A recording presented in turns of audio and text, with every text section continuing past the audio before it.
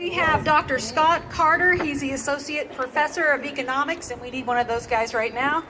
University of Tulsa. Woo! Come on down. Oh, there he is. Hi, thank you very much for this rally. Thank you very much for being here.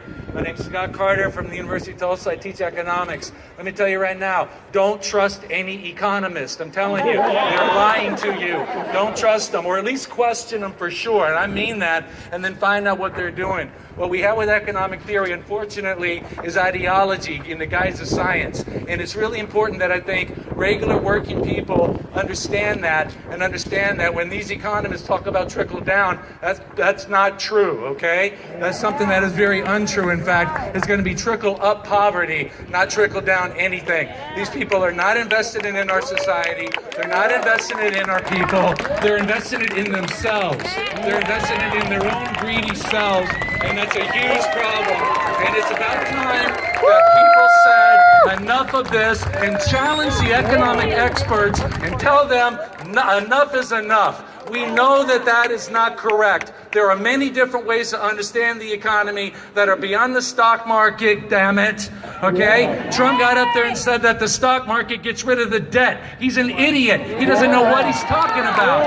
It's a huge problem, okay? We have the most incompetent people in power and in charge, and that is absolutely untenable. So with that, I'd like to read a few prepared remarks, okay? Right on. I'm with the Democratic Socialists of America, Green Country DSA. We're organizing here. One of the things I want to say is that we are American and we are socialists. Socialism was an American tradition before there was a Soviet Union in this very state. And that's something that we have to know, and we have to say that we are not in the pocket of the Russians. It's the other people that are in the pocket of the Russians.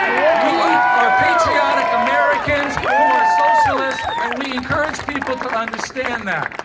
All right, on revenue, any principle of taxation, and here I come a little bit of economics professor hat, so bear with me, okay? Any principle of taxation must first take into account that the source of revenue that is to be assessed by the tax. In modern capitalistic social formation, this revenue takes the form of three distinct streams of income. Streams of rental income that accrues for the owners of land and the owners of natural resources. Streams of profit revenue that accrue to the owners of capital. And let me just stop right here and say, capital ain't a thing. Capital is a social relation that allows for an extraction of value from other people's work. That's what we know. Is in fact correct. And then the last stream of revenue is a stream of revenue that accrues to the owners of labor. Each of these streams of revenue, although being magnitudes of money, are in fact distinct economic categories that abide by different mechanisms of distribution. And also we see that unregulated markets, so-called free markets, inevitably lead to the skewed distribution of income and wealth. That's how markets work, okay? Understand that. We need to have regulation. It has to occur. There has to be some sanity to these greedy people who are in control of our resources. There are resources. They're not theirs, okay? Right on. Okay, the taxation policy of each of these revenue types should be accorded different principles.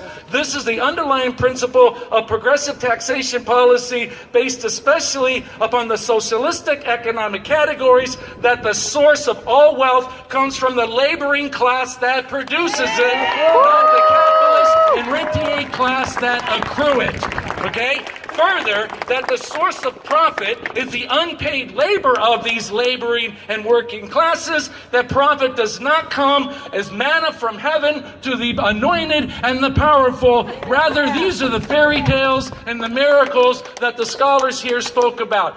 Don't believe these people. They're lying to you. Progressive taxation is the idea that people pay more tax at the higher income brackets. The idea here is not to allow for wealth to amass at the top tiers of the income distribution. It's like it's unregulated, the money. It'll go to the richest if it's not regulated. We have to stop them from raping us and pillaging us and starving us anymore. There's no science to this, guys. They're lying to you, and you should know that, okay? And that's what we are arguing, okay? As democratic socialists, we hold that there is no middle, upper, or lower class. There is only the owning class and the working class. Those of us who make our living and provide for our families through our labor share a struggle, and those who own the land and own the so-called capital are bleeding us dry. It is not about how much people make, but how they make it. Your hard work and toil is taxed more than people sitting on their money to make it, to make it grow. People who become billionaires don't do so through hard work and toil, yet rather they sit back and accrue a revenue stream based solely on their private property ownership of an asset. It goes to their bank accounts because of an ownership relation, not a so-called productivity relation of this class. That is very important, and that's what's going to happen with this more increased skewed distribution of income and wealth. If we want to create a fair tax and a fair and inclusive society, we must confront capital directly and the power of capital directly, especially those that use the justification of science to perpetuate these lies. That doesn't mean targeting enterprises or businesses. We want to be very clear about that. It means taking on the bloated ticks that are sucking the wealth, not just out of our pockets and on our government, but out of our enterprises as well. There's nothing wrong with private enterprise as such. There's nothing wrong with the yeoman farmer or the yeoman producer as such. That ain't the capitalist, man. They're not the ones that are sustainable. This most recent bill is one more massive redistribution of wealth from the working class to the owning class. Everything is at stake. And these are our demands, and I'll wrap it up here. We have 4 demands. DSA, Green Country DSA, has 4 demands. 1, shift the tax burden from millionaires and billionaires to them, not on the payroll. 2, tax the exploitation of our state's natural resources and give the dividends to the people.